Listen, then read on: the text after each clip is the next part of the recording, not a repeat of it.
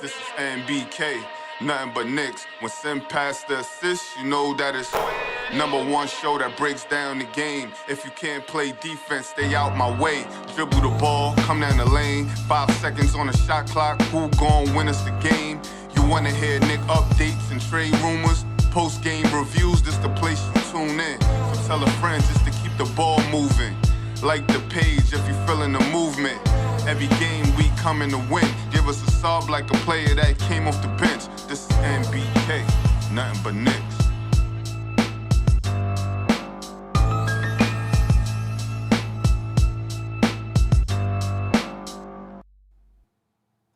Knicks family, what's poppin'? It's your boy. And shout out to my man Greg for, keeping me in line, keeping me in check, making sure that we stay on point. Big shout out to you, Greg. I appreciate you for being here, my brother. And everybody else, thank you for joining the chat. The Knicks with a big win tonight. A big win tonight. Well, it is a big win. It's a big win because now they're going to want to, they got to play Milwaukee twice and, some other team. So I think it is a good win, a big win for the Knicks tonight and a good one. You know what I mean? It goes to show you if you play defense and you can score the basketball, you can win by double digits. You know what I mean? You can win by double digits. So big shout out to the Knicks for the win tonight. We're going to break this one down. Before I do so, ladies and gentlemen, please remember you can support the channel by hitting the Cash App. The Cash App is $ nothing but Knicks. Or if you like PayPal, you can use PayPal. PayPal.me/nothing but Knicks. And I'm going to go ahead and put that in the chat, ladies and gentlemen, so that you can support the channel. We get your name up on the screen, show everybody that you supported the channel so that people can shout you out as well. You know what I mean? I appreciate you all. Tony, what's popping, man? Your thoughts about the game? Yes, sir. Yes, sir. Shout out to the chat. Yo, Black is time. What's good, Sim? Chilling. Like I said, off air, I don't think it was a statement win, but I think it was a statement game because they could have easily felt at home. They could have easily got satisfied with the West Coast portion of the trip. But no, they came back. They came back to the city and took care of business, and took care of business in pretty good fashion. Yeah. You know what I mean? No struggles. I think it was a good all around team effort. Right. And they said so that the Knicks didn't feel as though they were home or whatever. They stayed on the road. They stayed in a hotel. You know what I mean? So that they at least still felt like they was on the road. And I think that was a good thing to do. That was smart. You know what I mean? Because they just went out and handled business. Kevin said, nothing special about this win. It's the Nets. I agree. It's the Nets. You know what I'm saying? So it's not like this is a super duper special victory. Like Tony said, it's not a statement win, but it's still a big win because the Knicks needed to, create as much separation between their win-loss record as possible before they get to these 2 big games against the Milwaukee Bucks. Right? Yep. And then you play Orlando, you play OKC, you play Indiana. Those are all going to be tough games. You know what I mean? So this was a nice win for the Knicks, in my opinion. And they did it in blowout fashion, as they should have. You know what I mean? If they consider themselves to be a superior team, they should take out a team like the Nets the way that they did tonight. On top of that, I think they were coming in similar circumstances where both teams was coming off a West Coast trip. Just so happened that they was 1-4, 1-3, or 1-4, whatever.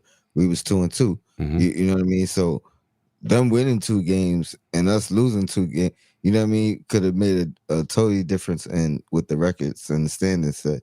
So they came in at 500, but I think in totality they just slid to 500. You know what I mean? So they're a better team than they were a better team than who I thought we faced tonight. Yeah. And the Knicks, ladies and gentlemen, they started off the game hot.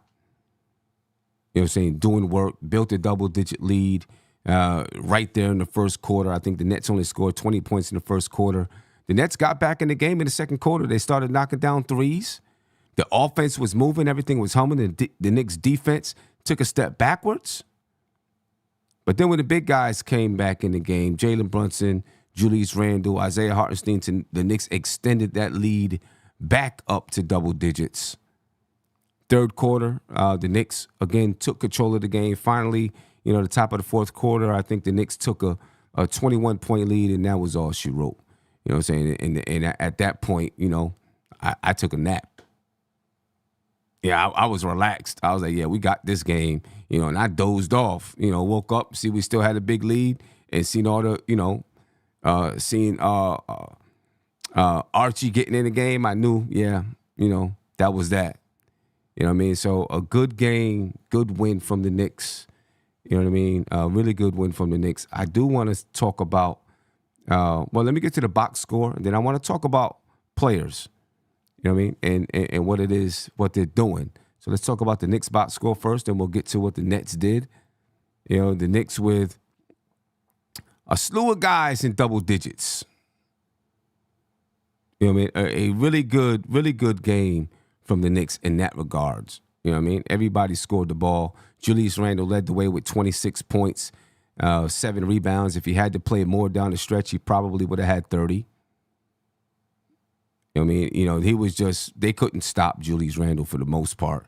When he wanted to get inside, he could get inside. He was 0 for 4 from the three-point line. If he knocked down 2 of those threes, he's got 32 points if he knocks down 2 of those threes.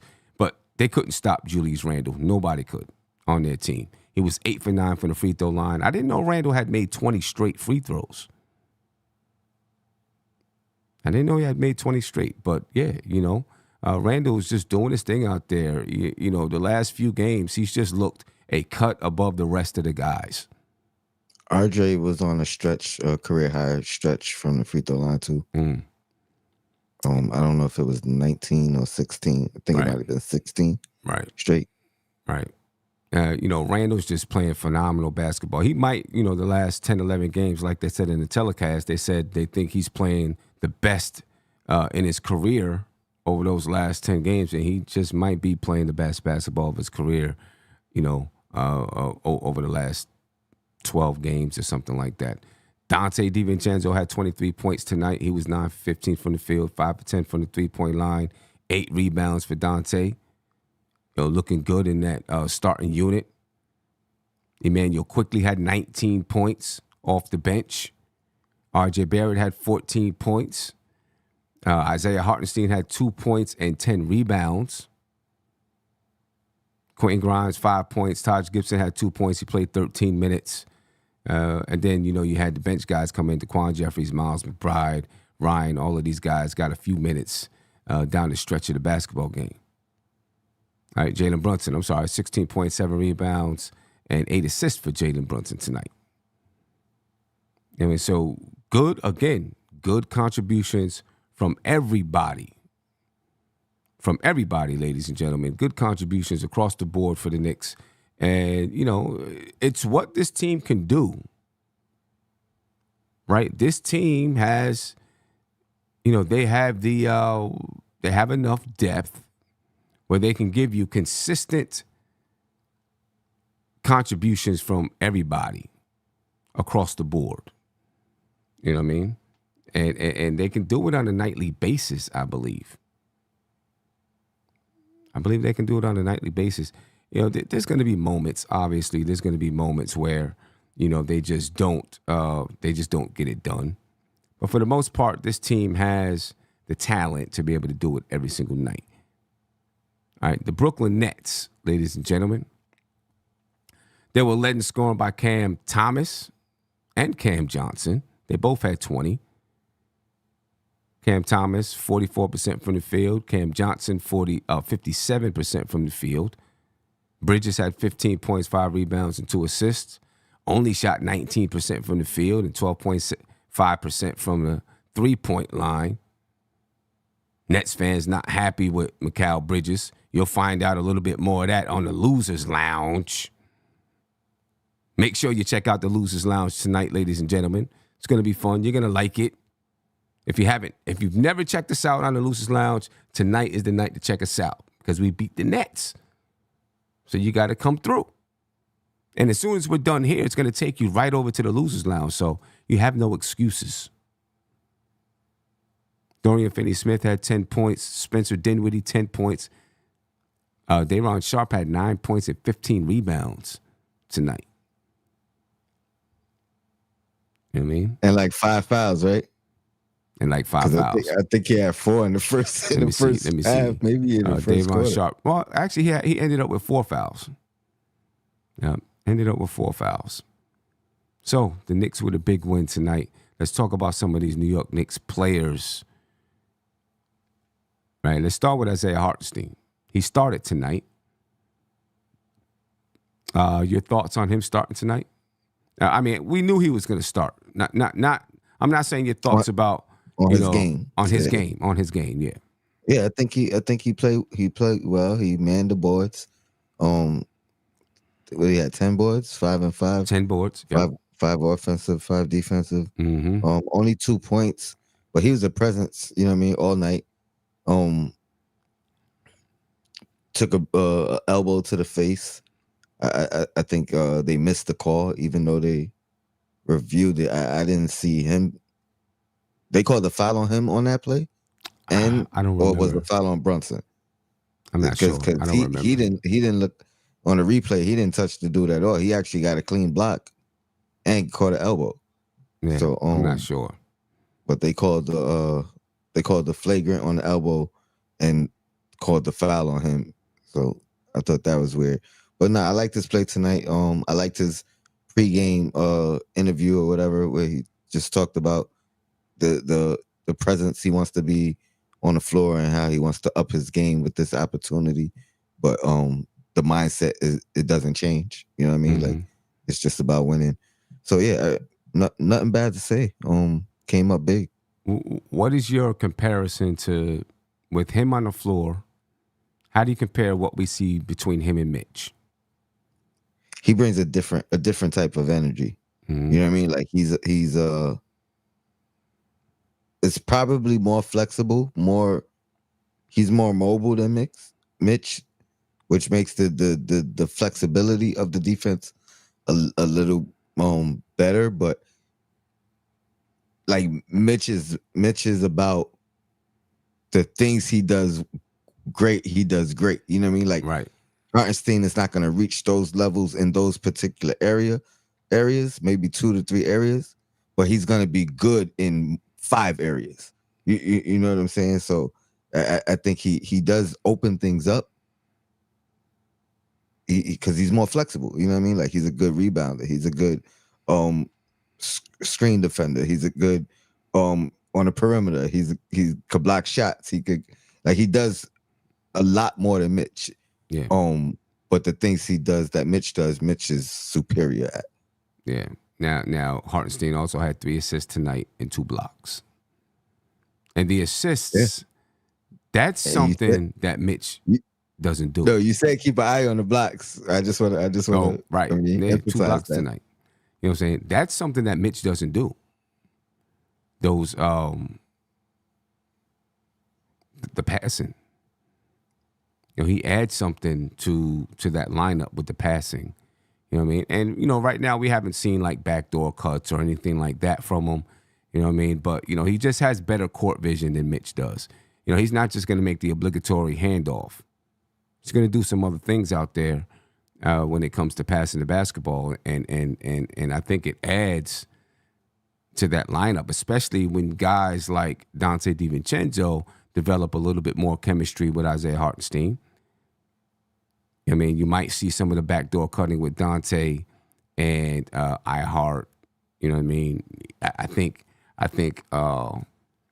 RJ Barrett can benefit from iHeart. Now, listen, RJ and Dante should have been playing with, have some comfortability with iHeart from playing with him in the second unit. But, as they get even more comfortable, it changes when they get in the first unit together because you have Brunson and you have Randle. So you got to find your spots when you can do things like that. You know what I mean? But if they can build that type of chemistry, man, it can add something to that lineup. Really can. Sam, one of the things I wanted to mention last night when we was on Knicks and bruises. I forgot to. It was in my notes. I forgot to mention it. But at some point, we're gonna have to have that conversation about re-signing him because I mean he's another guy that's a free agent coming in. So we really haven't really had that discussion or factored that in coming into next year, like his cost. You know what I mean? Because I would want to retain him. I think he's been great here. You know what I mean? Yeah. And I think he has the potential to show more. Yeah, I think so. Greg said he's an all-around better player than Mitch. We need to make sure we don't lose him. I definitely believe, we need to make sure we don't lose him. Is he an all-around better player than Mitch? All around, yes. Okay. But Mitch is superior in, you know what I mean? Like, I can't even say protecting the rim at this point because like he's showing improvement right now. He's showing improvement right now. I mean, he's you know what I'm saying? But theoretically, who did he get a block on? He got a block on Devin Booker. Yeah. Who tried to dunk it down the lane, a couple nights ago, right? Yeah. Yeah. He's showing it. He's not going to get up as high as Mitch. He's not going to change people's shot as much as Mitch because Mitch just has that length. You know what I'm saying? But he's not going to throw. But Mitch ain't going to throw his body around as much as iHeart does either. All right, he's this is what I'll say because this is a huge point. You got to factor this in. Mitch is a deterrent. Mm-hmm. You know what I mean? I think people see Isaiah Hartenstein and they're gonna try him. You know what I mean? They're gonna test him. So he's gonna have a lot more opportunities. What I'll give him credit at is even if he don't get the block, like he ain't afraid to get dunked on. And I'll take the chance, I mean, at least 8 out of 10 times he ain't gonna get dunked on. Like he gonna put you at the line. Right. You know what I mean? Yeah. So I'll give him that. But I think Mitch is like his presence is a deterrent in itself. So he's not gonna get those guys trying it as often. Right. He's definitely got more balance than Mitch too, because Mitch, Mitch would be all over the floor and you know what I'm saying? Like he loses his balance a lot. You know what I mean? At some point he'll gain that balance. Kevin said, I like iHeart. He's all around better player. He definitely fits better, in my opinion, in that starting lineup. He does. He looks good in that starting lineup. But at some point Mitch is going to come back. Building Block said Mitch is gone for the full year. No, well, I think he gets reevaluated in probably February. Something like that. Yeah, right before February. Right. So, there's a chance that he can come back this year. Yeah, I would think if any worst case, he'll be back after the All-Star break. I think they'll like he'll start his workout right before the All-Star break. You know what I mean? Revving up, and then they won't even risk it until, unless the record says otherwise. Right. Kevin, guess what? I'm going to let this game distract me from that. I am. I'm going to let it distract me. I don't want to think about it no more. So taking it off the screen. Those are old Knicks and bruises. You know what I'm saying? I don't want to think about that no more. It's done and over with. You know what I'm saying? If he somehow ends up a Knick, then maybe you got the guy anyway. You know what I mean? Maybe you got him anyway. Nikki B said Shams and Woj are reporting right now that Mitch is projected to miss the rest of the season. Well, I mean, I didn't read that, but if he's projected to miss the rest of the season, you know what I mean? Then there you go. iHeart is going to be your starting center for the remainder of the season. And like we'll right now? I don't know. I guess we can check it out and see. I haven't seen it or heard anything about it, but I haven't been on Twitter like that anyway. So, you know what I mean? I'm not going to discount it. And then, yeah, I mean, there's going to be a big question there then if iHeart, let me just ask you this, Tony. If iHeart continues to perform, yes, right now, Nikki B said, if iHeart continues to perform the way that he's performing, and Mitchell Robinson does not come back this season, the Knicks win 50-plus games, do they go back and start Mitch? Or do they just say, look, let's re-sign Hartenstein and rock with Hartenstein? Because now you've had almost an entire season and Mitchell Robinson is injury prone. You got to take that into account. I think you got to re-sign him. I think you got to re-sign him for the simple fact that, like Mitch's history. This is every year now he's missing, you know what I mean, some significant time. Right. But do you start him? That in now moving forward. Right. Do you start him and say, I mean, he's gonna have the opportunity to earn it. Yeah. He's gonna have the, you know what I mean? Like by the time I think you start him for the rest of the season for sure. Oh, for sure. I'm saying like next year when, Mitch comes back. I think it opens the door. It does. It has to. But again, that's going to be determining on how this pans out. You know what I mean?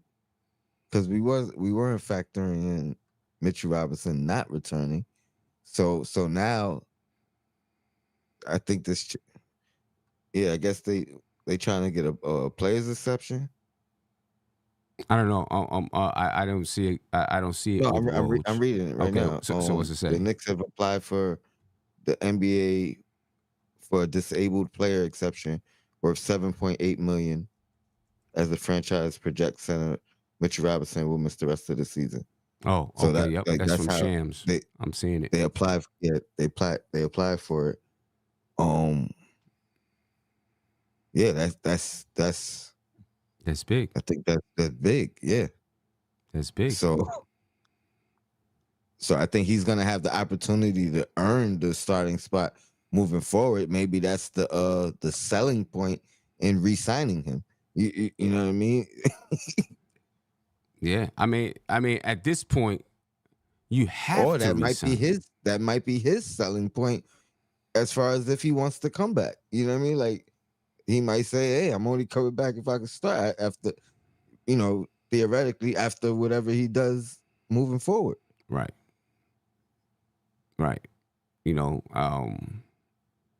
They have to re-sign him, though. They have to re-sign him.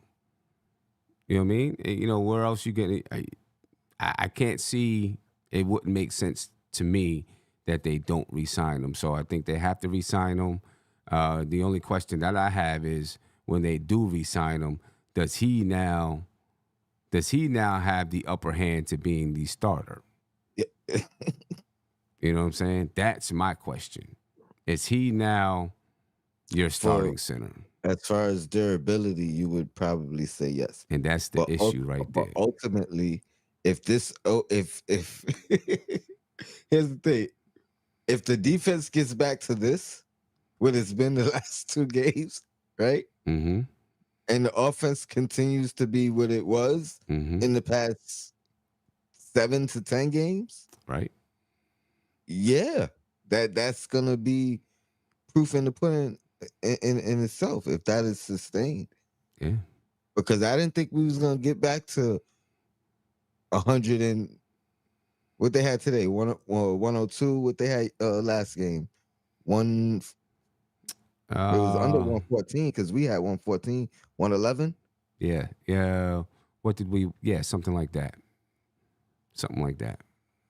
So I didn't think we was gonna get back to 110, 115. At least not like this soon. Like this is back to early in the season defensive numbers. Right.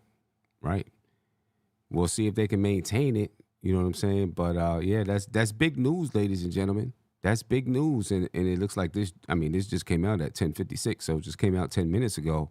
Yeah, Mitchell Robinson looks like he's going to be out for the remainder of the season.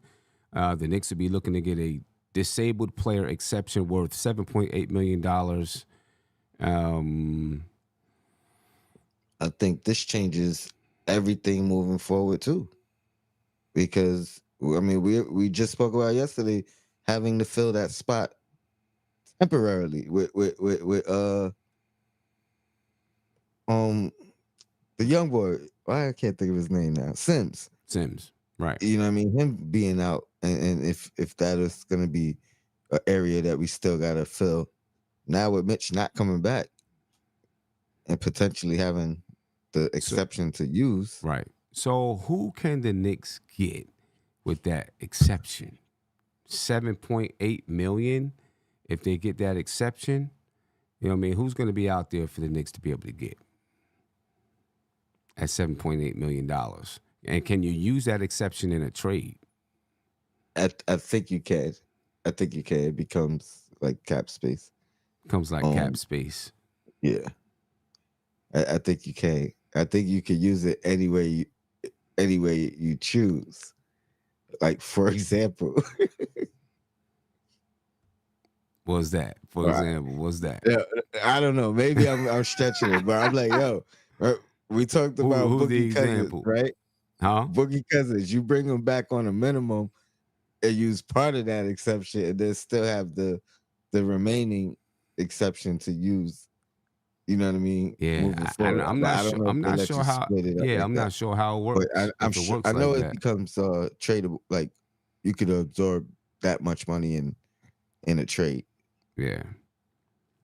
Yeah, that's something. That's something, ladies and gentlemen. So there you go. Got it up on your screen for you. Breaking news: the New York Knicks have applied to the NBA for a disabled player exception worth $7.8 million, as the franchise projects center Mitchell Robinson will miss the rest of the season. Yeah, that's a major development, as Mitchell Robinson had ankle surgery last week. And I know Mitch has got to be hurt, man, because he was having probably the best season of his career. And now he's got to, you know, now he's got to miss the rest of the season. Yeah. Yeah, that's tough. That's tough. That's tough. Let me get to a phone call real quick. I want to see what Spree thinks about this. Spree, what's popping with you, brother? How you feeling, man? You're hearing the news about Mitchell Robinson, reported by Stinks. Shams. What's your thoughts, man? I value Mitchell Robinson, what he brings. I mean, to me, we've had a luxury at that position because I think we have the best backup big man in the NBA in Hartenstein. And while I understand it's different with Hartenstein on the floor, I still think Mitchell Robinson, the way he was playing, makes your defense so much better and brings still a ton of value to any team he's on when he's healthy and when he's on his game. We all know what it looks like. Mm-hmm. And it's crushing. I mean, I'm not going to lie. I do think Hartenstein is solid. And he brings, I think you guys hit on it, just the passing, the rebounding. He is in the right position, and it looked good tonight. I mean, the more ball movers you can have with Brunson, Randle, and Barrett that don't need the ball and that pass it well, that only helps your team. So, but it's devastating. I love Mitchell Robinson. I think he was I thought he was having the best run of his career this season so far. Yeah, he was. He was. So where do the Knicks go? Because now you definitely need another center. I mean, are they going to rock with Taj Gibson at the backup center spot for the remainder of the year? I mean, we know Jericho Sims is only out for a couple of weeks. Mm-hmm. Right? Does Right. Tom Thibodeau trust in Jericho Sims? I am not trusting that Jericho Sims is going to be the starting center when he comes back. No way, no how. It's got to be Isaiah Hartenstein. I will be upset if they start Jericho Sims when he comes back. It's got to be Hartenstein. Are you comfortable with Jericho Sims being your backup center? Or is Tom going to go with Taj? Or do we need to go get somebody else? I'll say this. Go ahead, Tony. If I'm more comfortable with Sims being the backup, and running the three, you know what I mean, between him and Taj, kind of just filling in the breaks, the rest for Isaiah. If we could use that money for whatever we want to use it for, you know what I mean? Because that changes things as far as making a big move. If we can include that exception. Right. Yeah. Yeah, I'm with you. Like I don't want it's smart what the Knicks are doing to apply for that exception. But if that, I don't think we necessarily need to use it because Sims is only going to be out for 1 to 2 weeks. I still think Sims in limited minutes can give you value because he can do the screening. He's a big enough guy. He's strong. He can get rebounds. But Hartenstein needs to start. So they can cover at that position. But we'll see. I don't know the answer to that, Sim. I don't know who's available. That's number one. I don't know who's going to become available.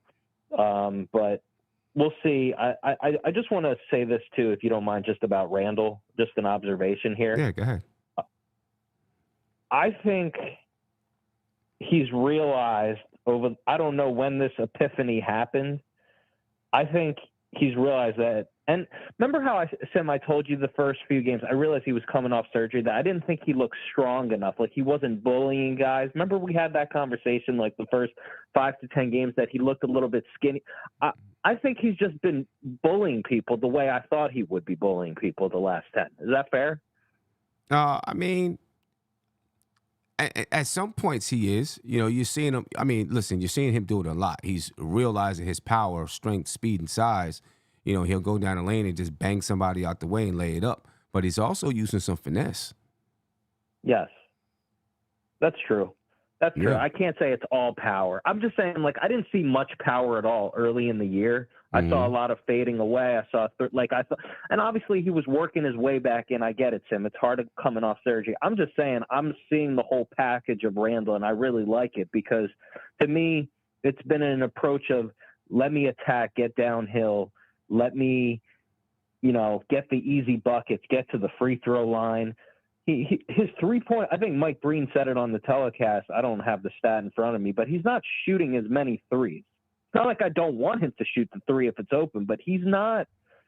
I don't think that's been his initial approach in these games. It hasn't. It hasn't. I think he's made a conscious effort to say, all right, you know what? Let me go back to my bread and butter, get inside. Let me add the mid-range game.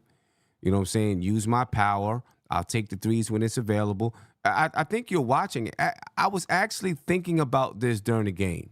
I think you're watching the evolution of a player, figure out where his spots are offensively. And, you look and say, well, he's 29 years old. Isn't that kind of late?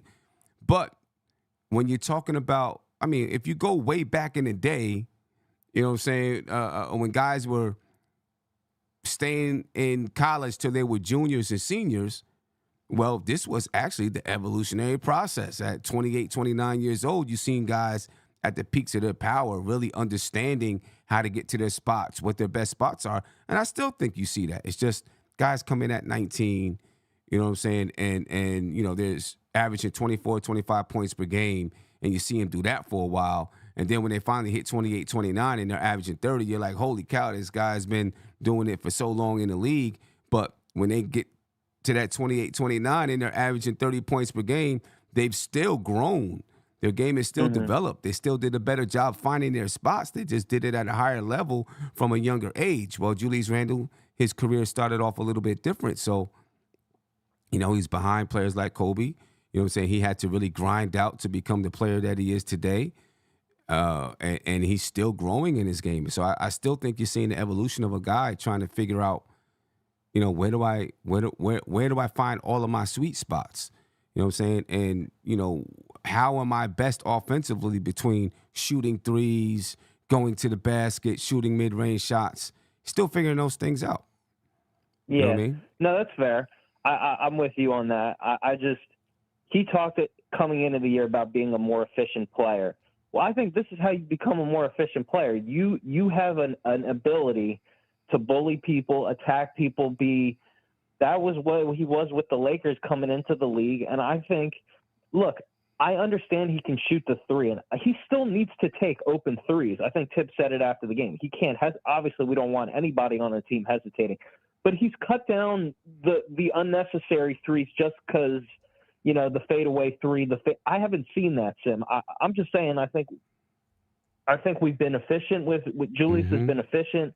And, you're averaging 27, 8, and 5. You're shooting 57% from the field. You're 85% from the free throw line the last 10 games. I have to praise that, Sim. I can't hate on it. I have to acknowledge when he's doing what I've asked him to do. Yeah. Yeah, you got to. You know what I'm saying? And because if I'm going to sometimes criticize the guy and when he does things that I don't like, I have to give him the praise when he actually does what I think we've asked him, Right. everybody wants him to do. Right.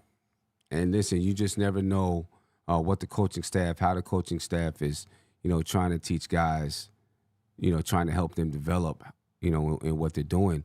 I'll give you an example. I have a young lady on my team who, she can shoot the lights out of the ball. Like she can really shoot threes. Now she's only in the 8th grade, right? But she gets very hesitant as soon as a defender closes out on her. She just gets hesitant to shoot the ball, right? And, she'll throw a quick little pump fake and then say, oh, no, I'm not going to shoot it, and move on and pass it. And, we're trying to get her more aggressive in shooting the ball. So I'm telling her mindset when she catches the ball is to shoot it. And at this point in time, I know I'm going to have to deal with some bad shots. You know what I'm saying? Right. I'm going to have to deal with her throwing up some shots that I may not like, but it's all in helping her to have the confidence and the mindset to shoot when she gets the ball instead of just looking to pass it off. You know what I'm saying? And, you got to grow with that. Fair. And that may be something that the coaching staff went through with Randle. Like, hey, shoot the three. Okay, now you can shoot it and make it. Okay, now let's dial you back. I know. That's the growth of a player. Sim, like, I just want to get it. You're right. Like with your player and with Randle, I just want to get it. It's coming from a good place. Why I'm saying these things, because like, take it for example, the road game at Boston when I came on and I criticized him. I didn't see the effort. He looked slow and sluggish, and I thought his approach was bad. But like, I want to be in a situation in the playoff, Sims, where this is the Julius Randle. We get the best version of Julius Randle in a Knicks uniform before anything happens and the fans make any decision. I mean, not the fans, the front office makes any decisions. I would like to see this Julius Randle, a healthy Randle, look like this in the playoffs. That would bring a lot of joy to me. Yeah. And I just want to just say this one last thing on Immanuel quickly. Mm-hmm. Sim, it's very hard for me to criticize Quickley because he's the last 2 games in the Lakers and tonight, he was unbelievable scoring the ball. But I am going to just say this one thing, Sim, and I've been consistent on Quickley. He still has 1 or 2 possessions that drive me nuts where he dribbles the air out of the ball. No doubt. He had one possession, Sim, where he took 20 seconds off the shot clock in the second quarter. I've seen it. And it just, Sim, if he can just, it's not hating because I've seen it. Tim, I want it was the in the ball first in his hands. half. So I want to just say this. I want the ball in his hands.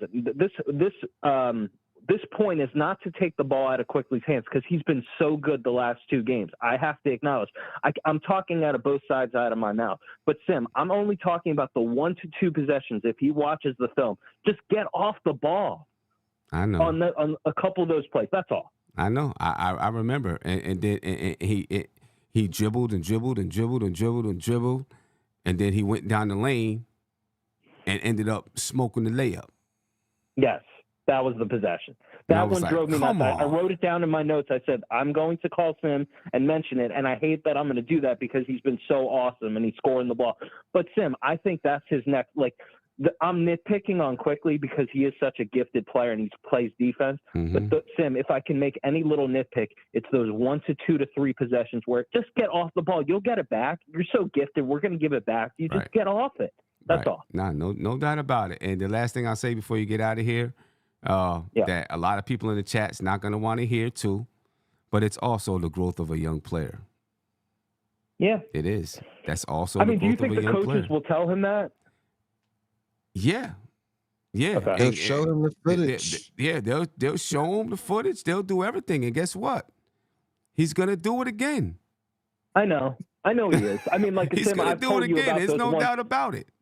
Tim, we've been talking. I called you for 3 years on Quickley, and I've mentioned these couple possessions that drive me nuts. But Tim, I can't talk out of both sides out of my mouth because I want the ball in his hands because he's so freaking good scoring the ball. Yeah. But I'm just saying, if he could just eliminate those 2 to 3 and get off it, I'm telling you, man, he's going to get paid regardless because he's so gifted. But if he could just do that for me, Sim, I have no complaints on the guy. I won't be able to say anything bad about it. I get it. I think the thing is, it's in his DNA. That's who he is. I know. That's who he is. I know and he's going to continue to do those things until, he'll grow out of it one of these days. But, it's like, you have young kids who have asthma, you know what I mean? And they get older and they grow out of it. Mm-hmm. Yeah. That's Quickley's asthma. I know, man. I mean, but like, I love the guy. I just, when I watch it, like, part of me laughs about it because he's never. Because it gives me a chance to call you and laugh about it. Because you, when I mentioned that possession, I knew you saw it. You saw it. I seen it. I was like, what is he doing? But then he got free. I was like, okay, at least you got free. Then he smoked the layup. I was like, oh my gosh. That's what I was gonna say. If he made the layup, I would have been fine with it too. Because I saw the play. You know what I mean? It was really the blown layup that just asked a bit. Yeah, you know what I mean? Right. Right, because then you're like, you did all that to blow an open layup? If you didn't dribble as much, you wouldn't have been as tired. You would have made the layup. I know. Yeah, Spree, I appreciate you. I don't know, man. I appreciate you guys. Happy holidays if I don't talk with you. And thank you.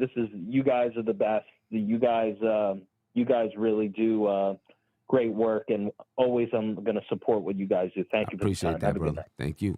Appreciate Later. All right. More news from Shams in regards to Mitchell Robinson, ladies and gentlemen.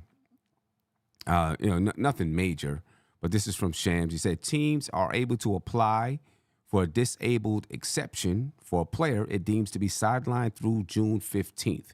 NBA doctors will go through their review soon. Brutal for the Knicks and for Robinson, and it is without a doubt. It's brutal for the Knicks and Robin and Mitch. Listen. iHeart is playing good basketball, but the Knicks need Mitch. The Knicks need both of those guys, right? Because Mitch has length that iHeart just doesn't have. You know what I mean? You can't teach that. You can't teach that. But there's just a lot of questions that this brings up. Man, Ishmael Rivas said the season is over because the Knicks don't have Mitch. I disagree. You know what I'm saying? I don't think the season is over. I mean, we just beat the Lakers. We just beat the Nets, without Mitchell Robinson. We beat the Suns without Mitchell Robinson. I don't think the season is over. You know what I mean? But it hurts our season. There's no doubt about that. What about the other part of that? What about the other part of that statement? What is that? What do you say? Oh, sign Frederick Weiss? Yeah.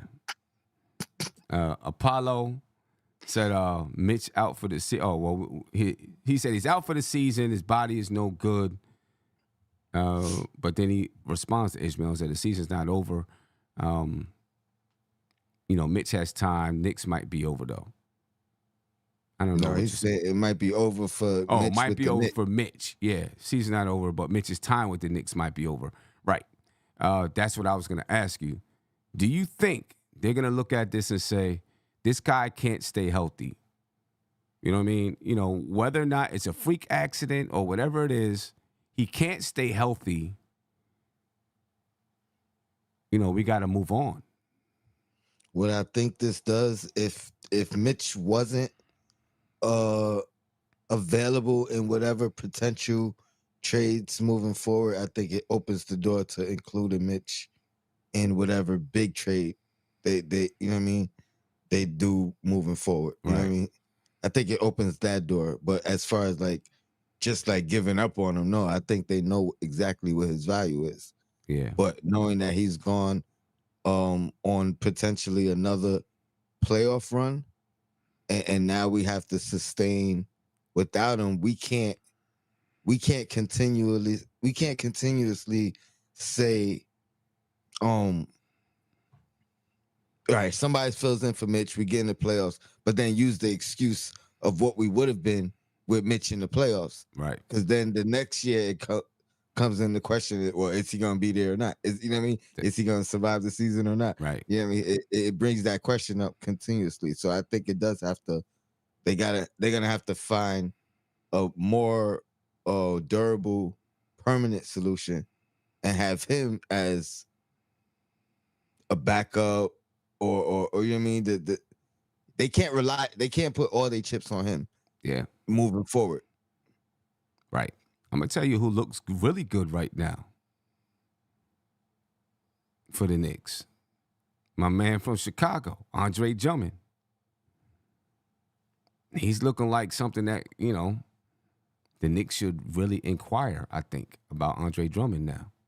We talked about it the other night on your show. At that point, we didn't know Mitch was going to be gone for the season. So the question was, all right, what happens when Mitch comes back? Well, we don't have to worry about that now. He makes $3.3 million. You know what I'm saying? He'll come in. He's going to play over Jericho Sims. He can play behind Hartenstein. He's a big guy that can rebound the ball. He can block some shots. There's questions about his defense, I guess. You know what I'm saying? But he can give you some of the things that you need. Double He can, nightly. Right. And he is. D. Coolest is exactly right. He's goofy at times. But, I'm hoping maybe, his current situation has matured him a little bit. You know what I'm saying? Because, I seen him, like I said on your show the other night. I seen him on he was talking to an AAU team, and he was telling those guys how he went from being, a $20 million guy making all-star teams, and then now all of a sudden I'm a minimum wage guy. You know what I'm saying? Making the vets minimum. You know what I mean? He might be the guy to go after. He's experienced in the NBA. You don't have to rely on him to be the starter. He can get you a double-double. He can block some shots. He's a big body down there. He might be a thought. The New York Times too, right? Yeah. He's from New York, ain't he? I believe so. Yeah. I forgot where, but he's from New York. It's upstate somewhere. I think like Mount Vernon or something. Or Mount Vernon. I think it might be Mount Vernon. I think it's Mount Vernon. Yeah. So I mean, it might be a good pickup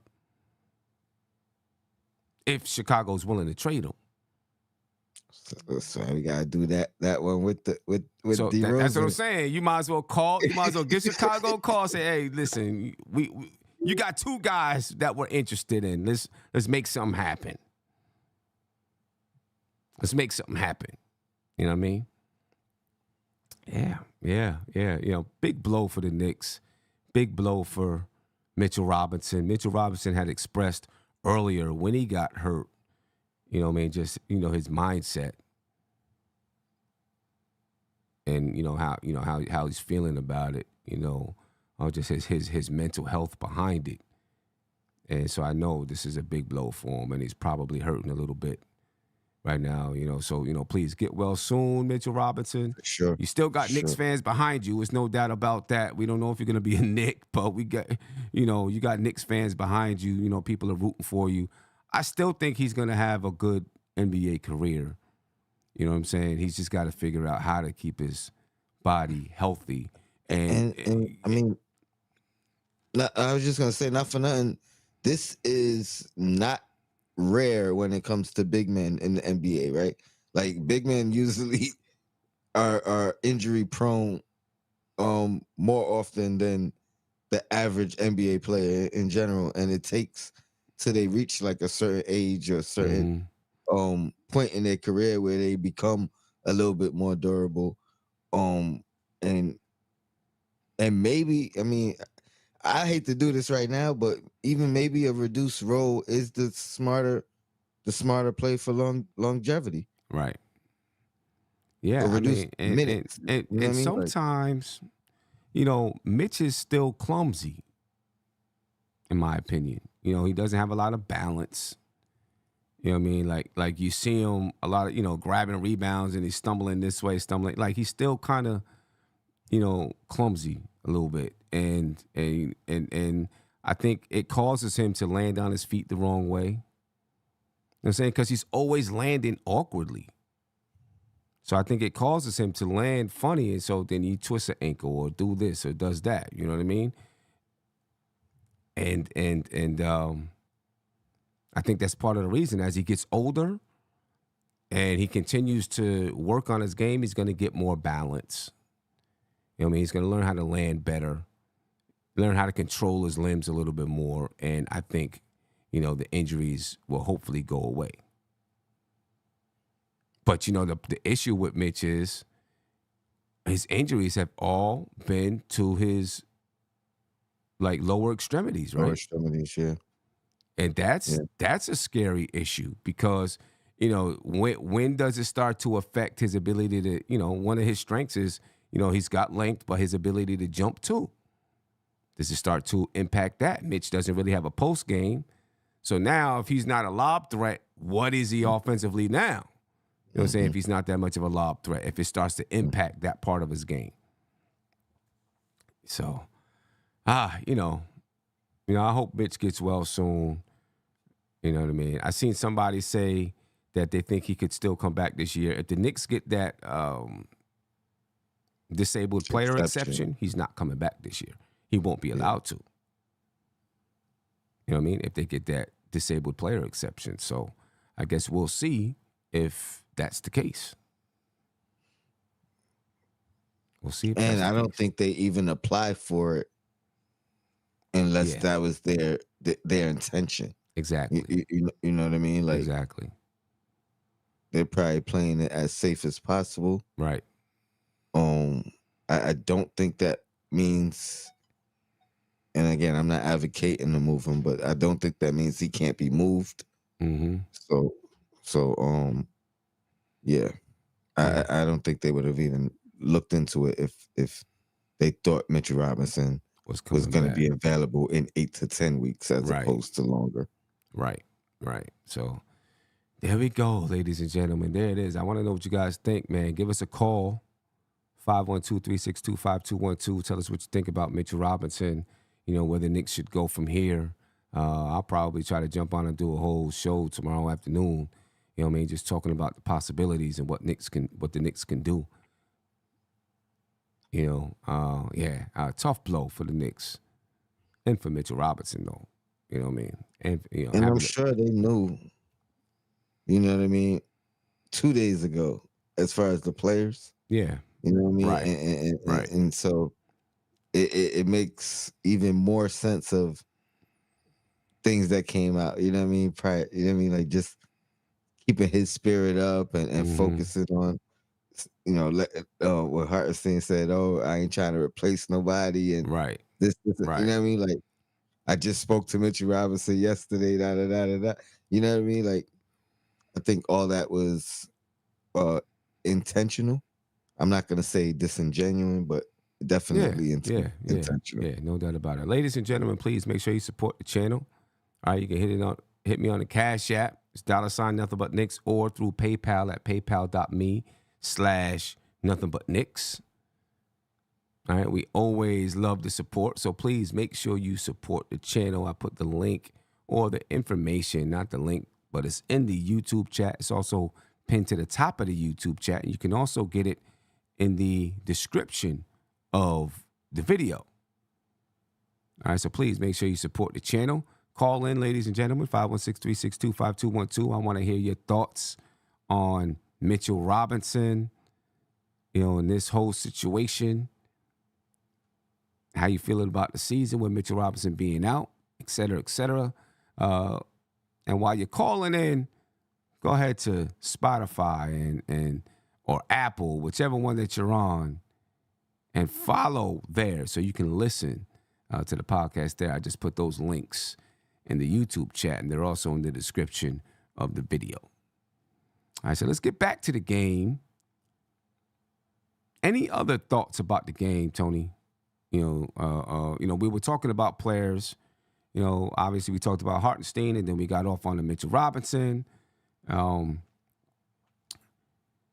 We talked about Julius Randle a little bit with Spree. Any thoughts on any other players? What about Dante DiVincenzo? He had a good game tonight.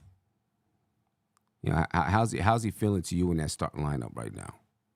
A lot more comfortable. I mean, one thing about him, he doesn't seem to care. He doesn't seem to be affected by his performance day in and day out. You know what I mean? Like, it's really just, I'm going to play my game. I'm going to be aggressive, whether I'm 0 for 6 or 4 for 6. You know what I mean? Like, I'm still going to shoot my shots.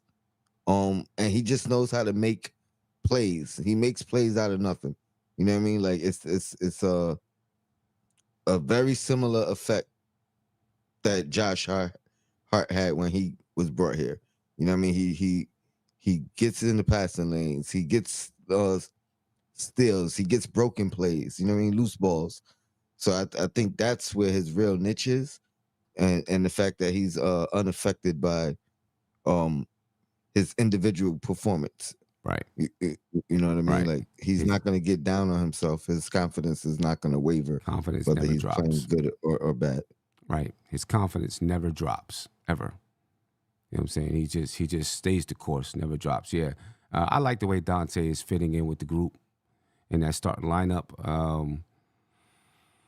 I mean, the fact that he just does a lot of things, even when he's not scoring, he does a lot of things. He had 8 rebounds tonight. You know what I'm saying? He's just an active basketball player. You know what I mean? He's just a super active basketball player, and I think he fits with that lineup. And for that being said, so is Isaiah Hartenstein. I think they both make that unit much more active. Mm-hmm. You know what I'm saying? Mm-hmm. And yeah. I'm sorry to cut you off, but you can't necessarily key. I mean, they're gonna key on Randle, they're gonna key on Brunson, but their activity gives the Knicks opportunities. Right. You know what I mean? Like that's what I mean. Those random opportunities that you wouldn't even know were there, but because of their activity, they create it. Right. Right. Yeah. You know what I'm saying? They're just active. And I, for one, I think that it makes Randle more active as well. You know what I'm saying? He feeds off of their activity. And also by having those guys being so active in that unit, because iHeart is more active than Mitch. Dante is more active than Grimes. It also, I think it takes away times that maybe you might see a Brunson or Randle not be as, or RJ be as active. Those guys are active, and you got the activity out there happening. And just by osmosis or something, it makes those guys more active. Less dull moments within the game, right? Yep. Less dry moments within the game where I mean, not to say I haven't seen it at all, but we were having like 3-minute scoring droughts every game. Mm-hmm. Game in and game out, and I think that has cut down. You can hear that? Nah, I didn't hear nothing. All right, good. Yeah. Let me get to a phone call real quick. While I'm getting to the phone call, ladies and gentlemen, support the channel. Cash Apps, $ nothing but Knicks. PayPal, paypal.me/nothing but Knicks. Caller, you're live. Name and where you're from, please. Hey, what up, Sin Tony? This is Silk Sutton again. Silk, what's up, brother? How you feeling, man? Peace, family. I was fine until I heard this Mr. Robinson news, but something told me when I heard he had the ankle surgery, I'm like, he a big man, heavier than Randle. It took Randle from April to November to look like himself. I was worried that Mitch was going to be gone for the season, and my fears came true. Yeah, but, man. My thing is this. I think they're going to need to do Drummond, DeRozan trade, and unfortunately, I think that's going to be RJ. Cause I don't think they're going to get rid of Dante. And I can see right now with Dante getting more touches and movement, and I can see RJ getting frustrated because he ain't getting as much touches. And his minutes from last year, this is the first time he ever is under 30 minutes a game.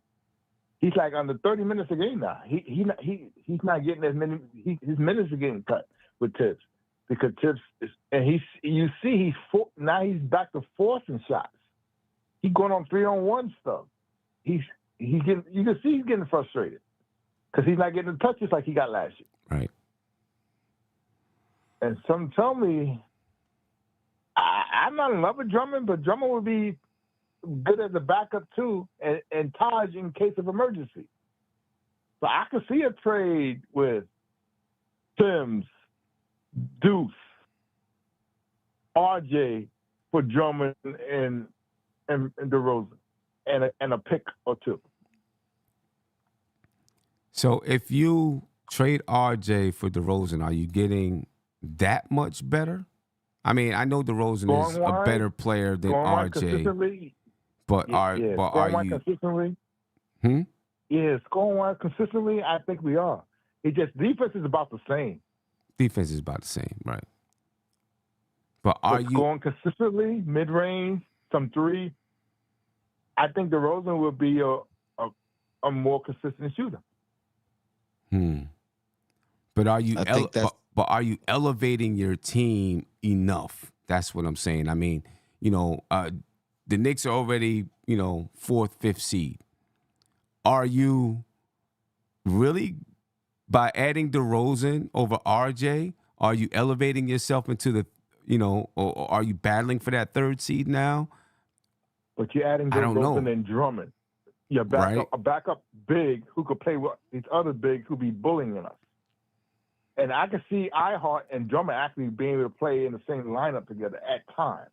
Who? Drummond and Ihart. If Ihart was shooting from the outside, but so far he hasn't.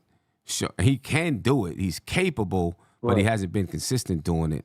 I mean, to me, adding DeRozan, the only way that I feel like you potentially put yourself, up there with like around the 3rd seeds is if you add him to Brunson, RJ, Randle. To me, that's so that means Grimes is going because they're not getting rid of Dante. Because Dante Grimes moves. Yeah, Grimes is going. Yeah, Grimes would have to go, and Evan Fournier would have to go. You know what I'm saying? Grimes would have to go, and then obviously you got to add something to sweeten it so that they would want to move, so that they'll move them on DeRozan. You know what I mean? Yeah. Grimes would be gone. But this is my problem. I'm liking Dante in the starting lineup. I feel you. Because you see, he's pulling the trigger quicker. He's dribbling around. He's taking it to the hole quicker. He does some kind of crazy passes sometimes that makes you do crazy turnovers. He's trying to be too slick Rick sometimes with his passes. but he's more fluid and active. They can't key on him like they key on Grimes, or like they would key on RJ if DeRozan was in the starting lineup. Yeah. I actually like Brunson, Dante, DeRozan, Randle with whoever center. Because there's movement on the first 4 guys. Right. See, Grimes didn't move. If it wasn't a 3-ball, he would touch it a couple times and pass. He didn't do nothing else. At least Dante's dribbling around. He's cutting in the lane. He don't always finish, but he's doing something. And he's actually a better rebounder than Grimes. And Grimes is bigger than him, which is surprising to me. That's because Dante can get up. That's because Dante got springs. I mean, so does Grimes. Grimes got some springs too, but Dante's got a little bit more. He's just more aggressive. He has a more aggressive mindset. Like I said, if Grimes was getting 4 or 5 rebounds a game, even though he wasn't taking that many shots, I could live with Grimes in the starting lineup. But he wasn't getting. I hate to say it, what Durant said, it's true. He don't get foul shots. He don't get assists. He don't dribble. All he does is shoot threes. Yeah, I know. That's who he is. Classic 3 and D. That's a hurt. That's a hurt thing to be. And I can see ever since Durant said that. Now he's trying to drive to the lane all the time. Right. I mean, I guess I would too. Like, all right, let me prove it. Oh, that's what's on the, because obviously when Durant said that, right, that's what's on the scouting board. Don't worry about him that much. Just close out on him. All he's gonna do is shoot threes. Hey, and as a 2 guard, you're a scoring guard. You gotta be able to do something more than just pull up from 3, which you ain't a sniper. Yeah. But that's what I think. Because I don't see no other big out there. Cousins is in Taiwan, unless we gonna talk to him about coming back. I mean, and I don't think Cousins is a Tibbs guy. Yeah, I don't know. I think they're going to be looking for somebody who can bang around, use their body well. You know what I'm saying? That's who they're looking for. Someone who can use their body, grab rebounds, block shots. Yeah. I don't know where they Yeah, get it. 'cause If they get they- this traded, if they get this disabled player exception, maybe they can use it in a trade, and try to bring somebody in. But I think that's what they're going to be looking for. because it's clearly it ain't Roby because they ain't trying to bring him Nah, up. And as soon as I heard Tiff talking about he willing to make Randall at the third big, I'm like, nah, something's going on. Yeah, I don't know. Tiff ain't making Randall at no emergency third big. Yeah, man, I don't know. Hey, Silk, I appreciate the time, brother. All right, brothers, be good. Peace. I don't know, about that Randall being the third big. He used him tonight, right? There was a moment where Randall was at the 5 and Josh Hart was at the 4. Now, you're playing a team that can be small. You know what I mean? You can't do that against Milwaukee. I was gonna say I'm afraid of Tibbs becoming comfortable with that. Like if he was strategic tonight, knowing who the Nets are and saying, "Hey, this might be an opportunity," that's one thing. But if this is something that he's saying, I'm gonna have to put into my normal, pattern of rotations to sustain the Mitchell Robinson injury, I think he would be making a mistake. Yeah. Well, I mean, something's going to be done. We don't know what yet, but I'm pretty sure the Knicks are trying to figure out what is the best move to replace Mitchell Robinson. Any key plays or decisions. I got tonight. a sequence actually of Okay. my play of the game, plays of the game. Let's see if I can find it real quick. I know you probably have a different one to show. I really don't even have any key plays of the night. Oh, okay. That all around play. I really don't have any key plays of the night. So mine is probably at the 9. I'm gonna say like 9 minutes and like maybe 40 seconds left, right? It was a 16-point game, and Grimes did a backdoor cut for a reverse layup. Then he went down and got a deflection, knocked the ball off his defender's leg out of bounds play, caused the turnover, came back, hit the open 3. Hit the 3. Okay. The Nets had to call timeout. Yeah. So it went from 16 to 21 in about 20 to 30 seconds maybe. Yeah. And that coincidentally, when you put the stats up, he only had 5 points. So that was that was his that was his moment to shine. But the fact that in this 3-play possession or 3 possessions in a row, you know what I mean? You get the backdoor cut, you get the deflection, cause the turnover, come back, hit the open 3. Like you gotta have moments like that daily, you know what I mean? Yeah. Or in every game. It don't gotta be all game, but you know what I mean? Like that was a moment for him. I didn't know he only had 5, but you know what I mean? That was my I wrote that down when I seen it. Like that was a great sequence for him. Yeah. Changed the game in the fourth. Yeah, changed the game. There you go. Knicks up 21. And I think that at that point in time, that was the Knicks largest lead. 21 points. That was their largest lead. You know what I mean? Yeah, no doubt. I really didn't have a key play, but I think I do like that sequence there when the Knicks went up. But I have my player of the game. You know what I mean? And for me, my player of the game is Randle. I mean, I just feel like Julius Randle was, for the most part, unstoppable by the Nets tonight. You know what I mean? He did lose his footing a couple of times, but for the most part, Julius Randle was unstoppable. The Nets couldn't do anything with him. You know what I'm saying? He was too big, too strong.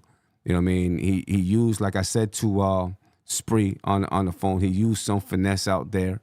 You know what I mean? His mid-range jump shot has been killing the last 10 to 12 games, and it's making it real tough for teams to be able to stop Randle when he's shooting and knocking down that mid-range jump shot.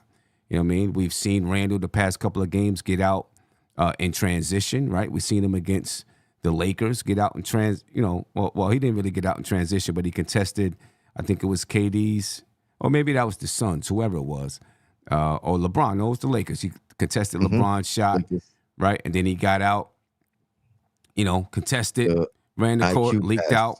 IQ passed it to him. We've seen him run, get buckets in transition tonight.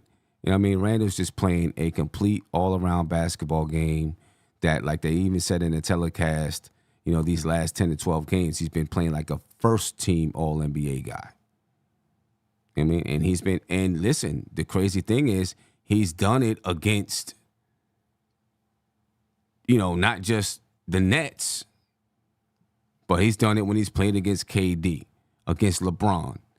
You know what I'm saying? He's been doing it against some of your best power forwards in the league.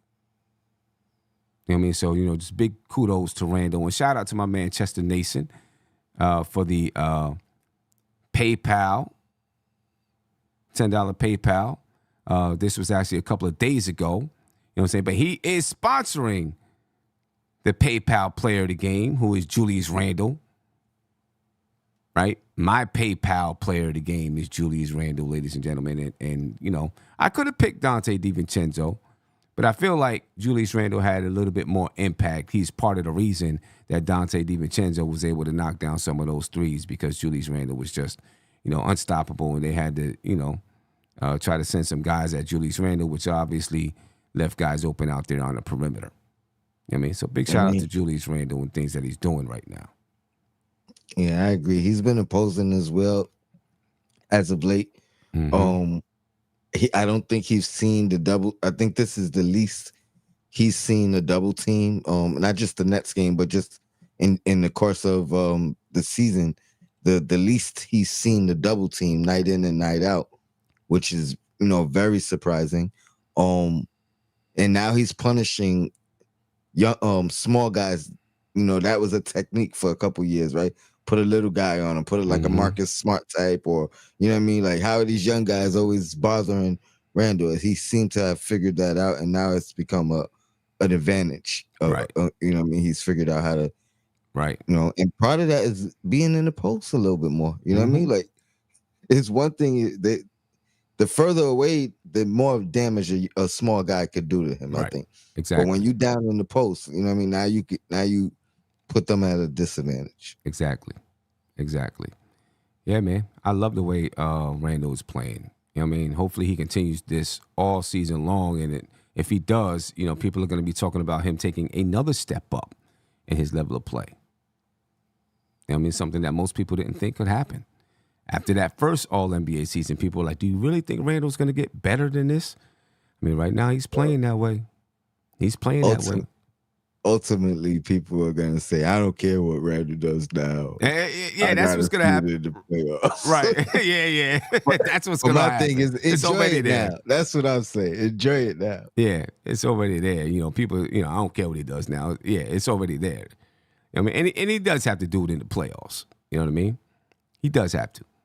That's true, but let's get there and then say it. You know what I mean? Like, right now, let's enjoy what he's doing. You know what I mean? No doubt about it. No doubt about it. No doubt about that. Ladies and gentlemen, please make sure you support the channel. We definitely appreciate your support. Cash App is $ nothing but Knicks.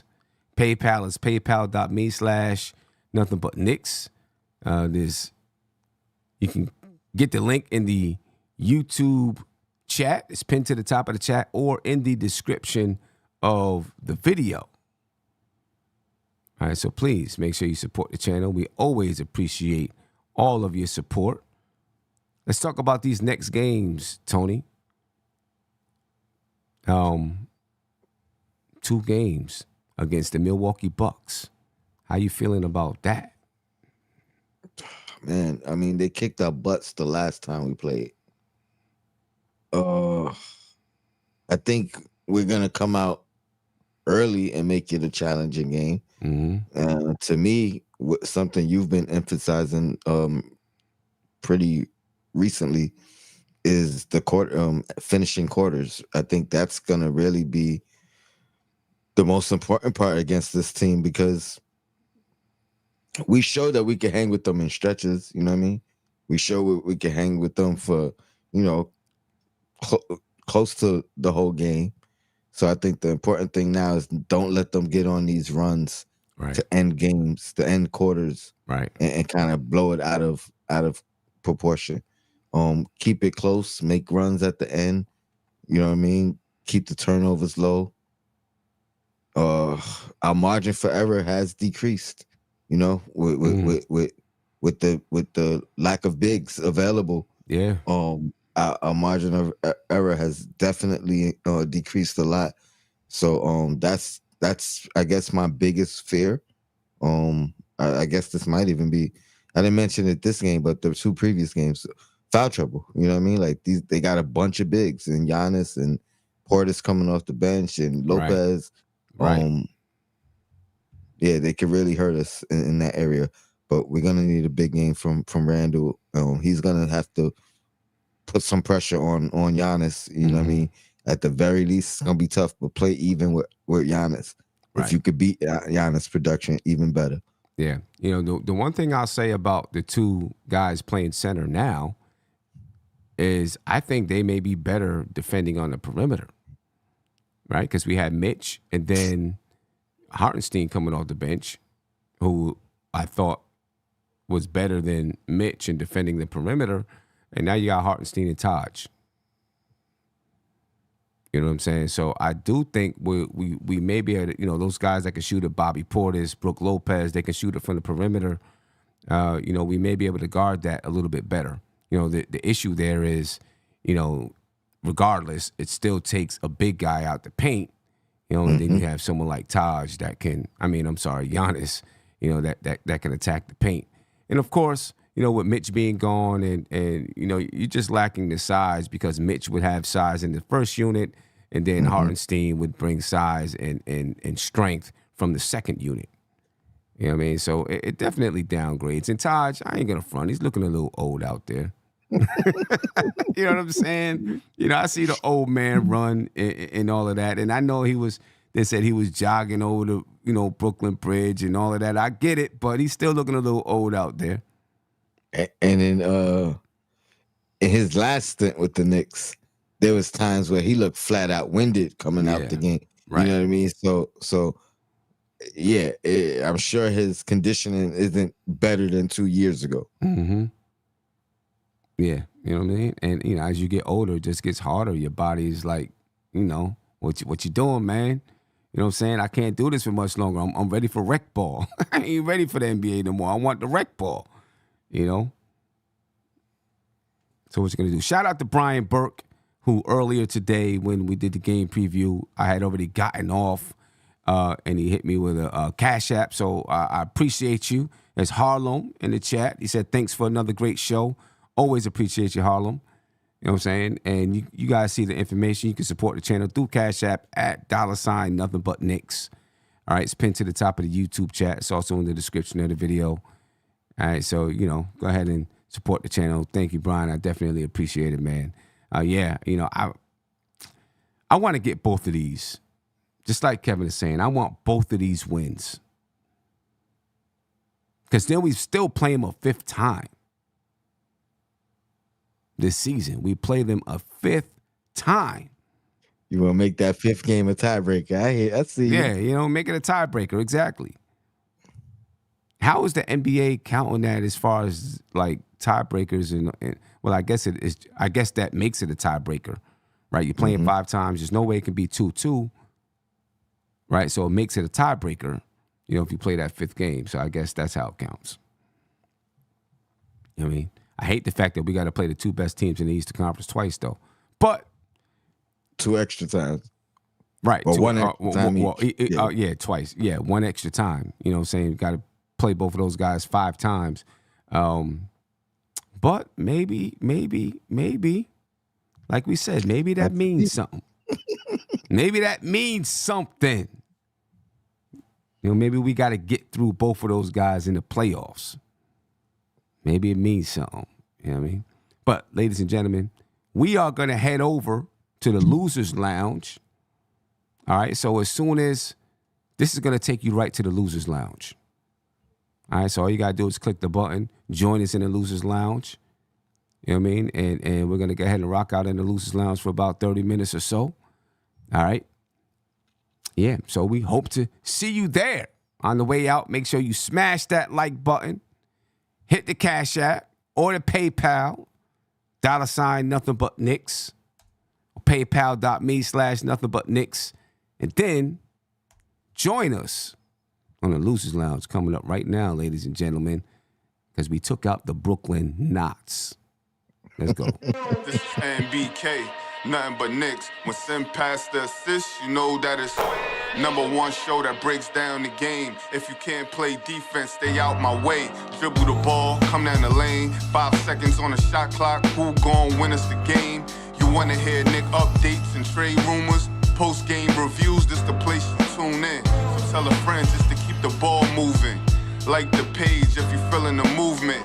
Every game we coming to win. Give us a sub like a player that came off the bench. This is NBK, nothing but Knicks.